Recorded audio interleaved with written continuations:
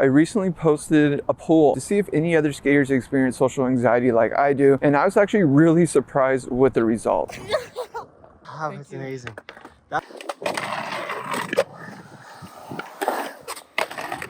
So I recently had a full-blown anxiety attack at the skate park. This is something unfortunately that I've experienced a lot more in the previous couple of years. And I've been very hesitant to make this video. I've talked about social anxiety in the past and how it affects me. But honestly, it is always changing. Sometimes for the better, sometimes for the worse. Ultimately, I feel like talking about this topic and being open about it is better for everyone to know that they're not alone. I recently posted a poll on Instagram to see if any other skaters experience social anxiety like I do. And I was actually really surprised with the results. 60% of people said yes. That is 316 votes. That's 316 skaters majority that are following me. 29% they said they occasionally get it, which is 156 votes. And then 11% said no, which is 57 votes. So only 11% of the people that do follow me don't experience anxiety. That's quite a lot of people that do. If you look up social anxiety online, you'll find these like very standard things. I don't think always fall in line with skaters because they're in such like a unique position. You're self-conscious, you're concerned about what others think, insecure thoughts, worried about rejection, childhood trauma, or maybe skate trauma in my case. There is some of that. We'll get into that as well. No social skills, meaning you can't like really hold a conversation, being shy, or a wallflower. Essentially, those are the things that are like examples of what people that experience social anxiety sort of fall under that umbrella. At least that's like the stereotype. I honestly don't think that like 60% of the skaters that responded to that poll fall into like any of those categories. Maybe one or two of them, but I think it's much more deep than that. We're gonna get more into it, but we need some skating. We got Spencer here, my homie. It's good to have people. I think friends is like the #1 way that people normally combat social anxiety, just going skating with your friends. So with that said, we're getting some skating in, and then we're gonna dive more into topics because we got a lot to say. All right, praise you, man.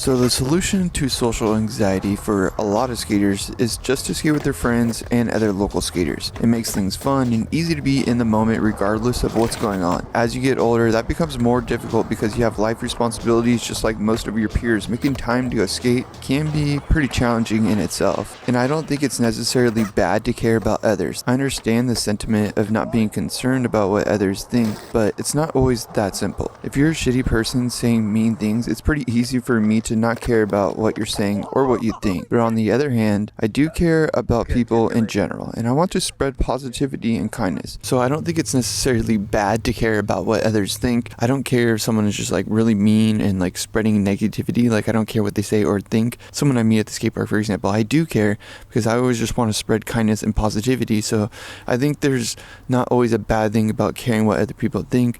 Of course, if they're just a negative person and spreading hate, then yeah, don't care about what they think. That's pretty easy. Let's jump into that skate park session that I was talking about in the very beginning at Hammett Skate Park, where I had this anxiety attack, which sparked everything that I'm going through now and kind of getting these tools to combat it.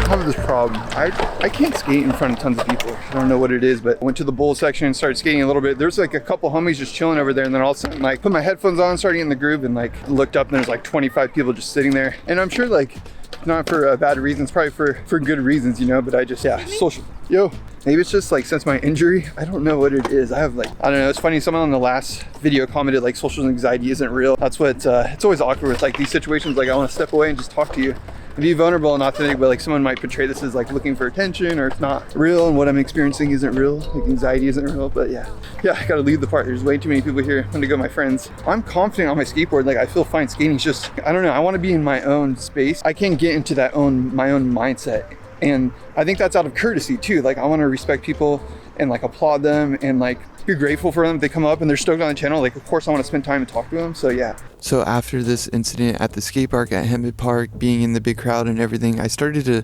really look up online like how to combat the social anxiety, looking at books, podcasts, whatever, different resources that we have. And I think there's two different things that one helps a lot and one that is the opposite. And I think it like makes anxiety even worse. And it's a common theme that I hear. So the first one kind of relates to skating. It's called exposure therapy. So essentially you like go into these situations that you're kind of nervous of, like me going to more crowded skate parks and going into like big skate events. That would like help me over time, like not just ripping the band off going to a long one, but maybe going to it for like 20 minutes and then eventually going in over and over and over and over, just like how you learn skateboarding. Now the other one that I hear quite a lot is like try to ask people about themselves and get invested in them, so you remove the spotlight from yourself. I personally feel like I always do that. That's like a coping mechanism. So I think the idea is like you're not so in your head. So when you start asking other people, what I end up doing, I get really invested, whether it's just like someone I never know, or they talk about the channel, or someone that skates and doesn't skate. I just like to get to know people. And then the thing is, eventually that becomes into like this thing where I get more anxiety because I can't disengage from the conversation. Like I don't want to leave. I don't want to act uninterested. I don't want to be rude. I get very like concerned about like, you know, being an asshole essentially to this person. I have to sometimes find that boundary of being like, all right, if someone's talking to you for like 20 minutes about themselves, I'll just let them keep talking because I don't know, I find it interesting. And then all of a sudden eventually I'll be like, all right, I want to go, but I don't feel comfortable like disengaging in that conversation. Like I don't know what to say sometimes, and I don't want to be rude, you know. That's a kind of a tight position, and yeah, I think that can give me a lot more anxiety. So I personally haven't found many benefits from the idea of like asking other people about them and like asking other people questions. I guess it's a good distracting, but yeah, for me it ends up being sort of worse than it becomes better. So I've talked about going through talk therapy, things like that in the past, and it's definitely helped. But I think videos like this have also helped me, just like putting it all out there. The other thing I haven't mentioned in this video is microdosing mushrooms. That is a whole other topic. I have made videos about that. It does help with anxiety.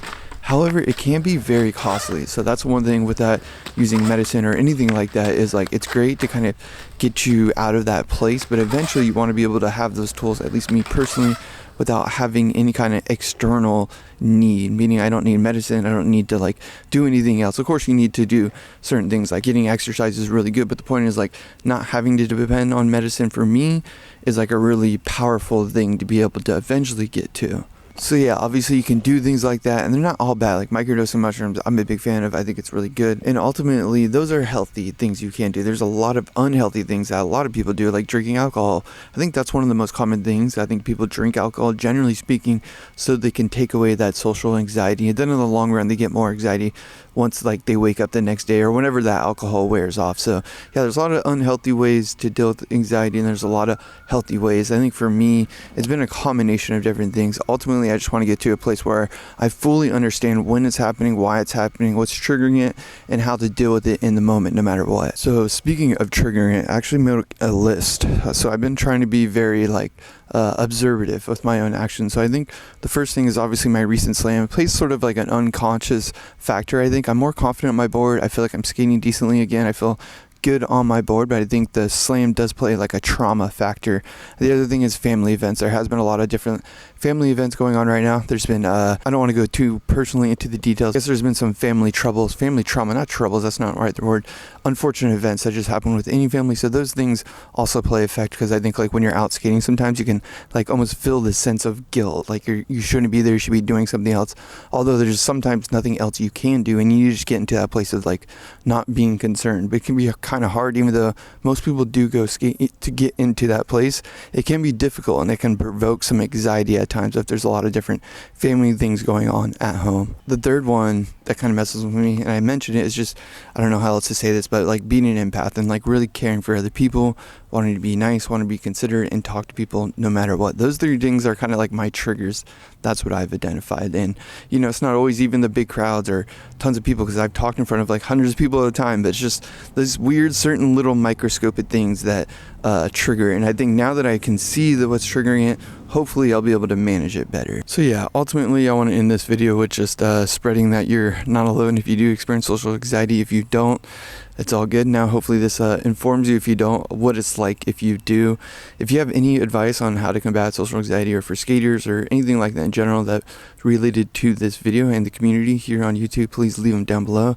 If you're not subscribed, please hit that subscribe button, hit the like button. It really does help a lot.